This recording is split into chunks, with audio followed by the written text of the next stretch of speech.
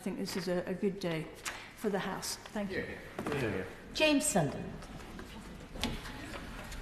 Madam Deputy Speaker, as a proud member of the Procedure Committee, I rise to support the motion and also wish to commend the excellent work that the Chairman does. The clerks, the staff are excellent, and I think that her contribution and those of all of the members, I think we've seen that nicely in the report that's been generated. When I joined Parliament as a Member of Parliament in 2019, one of the things that most intrigued me from day one were the comparisons between the institutions that I'd served. As a military man for 27 years, I was proud to serve an organisation that got the job done. It was very efficient, it was very slick. People knew their place, very output focused. And coming into Westminster, it struck me straight away just how quirky and how unique this place is. The obsession with SOPs, the obsession with dogma, the obsession with process. And it's baffled me to this day, 3 years on, that actually we're not more efficient here in terms of how we work. And I think also, for me personally, adjusting to what one might call antiquity wasn't necessarily easy. And that's probably why I joined the Procedure Committee, because I felt as though I could add perhaps some value to what we were doing. And this is a classic example today with this motion of where I think we can add some value. So, in my view as parliamentarians, we should, by nature, we should be considering ways of becoming more relevant, ways of perhaps entering the 21st century, ways of bringing Parliament to the fore in terms of modern ways of working. And I completely agree with the Shadow Leader when she said earlier about this is about modern ways of working to benefit any modern employer. And we are, and we should be, modern employees. We're adults.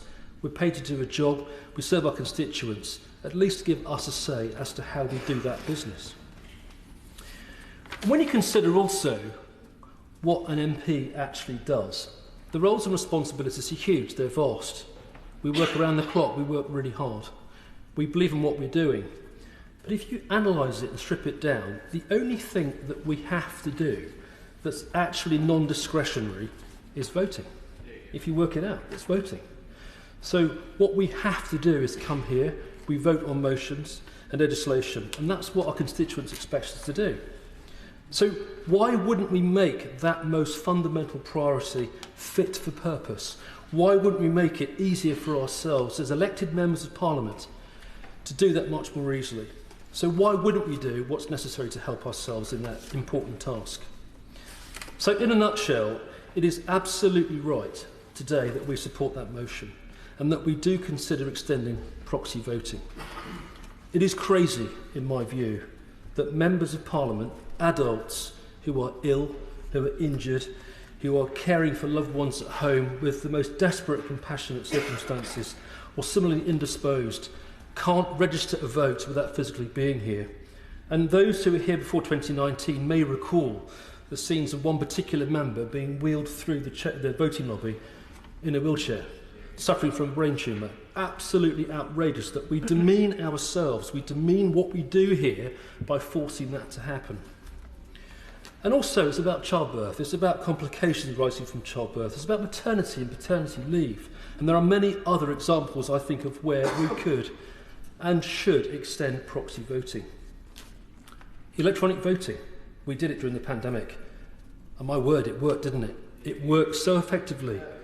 Why wouldn't we be able to exercise that vote by electronic means? Now, I understand the reasons why that's not with us now. I understand why it's necessary to be here in person, and I'm a great fan of that. But actually, the fact that it was so easy to vote in 2020 using our phones, why shouldn't it be easy for all of us to vote in the same way or via alternative means if there's a very legitimate reason why we can't physically be here?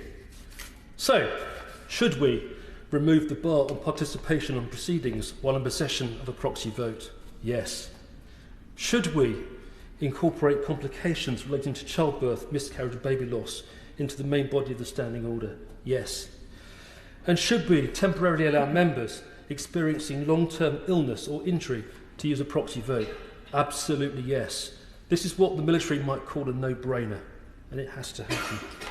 Of course, as we heard earlier from the Chair, the devil is in the detail, and there is work to do to define the exact qualifying criteria for that proxy vote. And that will come from the pilot. It will come through trial and error.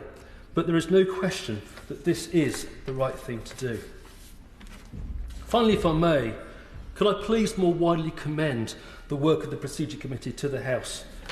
It's an often forgotten committee, but it's a committee that had real utility during the pandemic in making sure that we were able to continue working in that awful, difficult circumstance. And of course, we must challenge dogma and orthodoxy. We're not here to stand still as parliamentarians. We're here to force the agenda. We're here to move forward. We're here to make sure that this place is fit for purpose. And Parliament must be relevant. I therefore look forward to many more motions like this as we go forward. Thank you.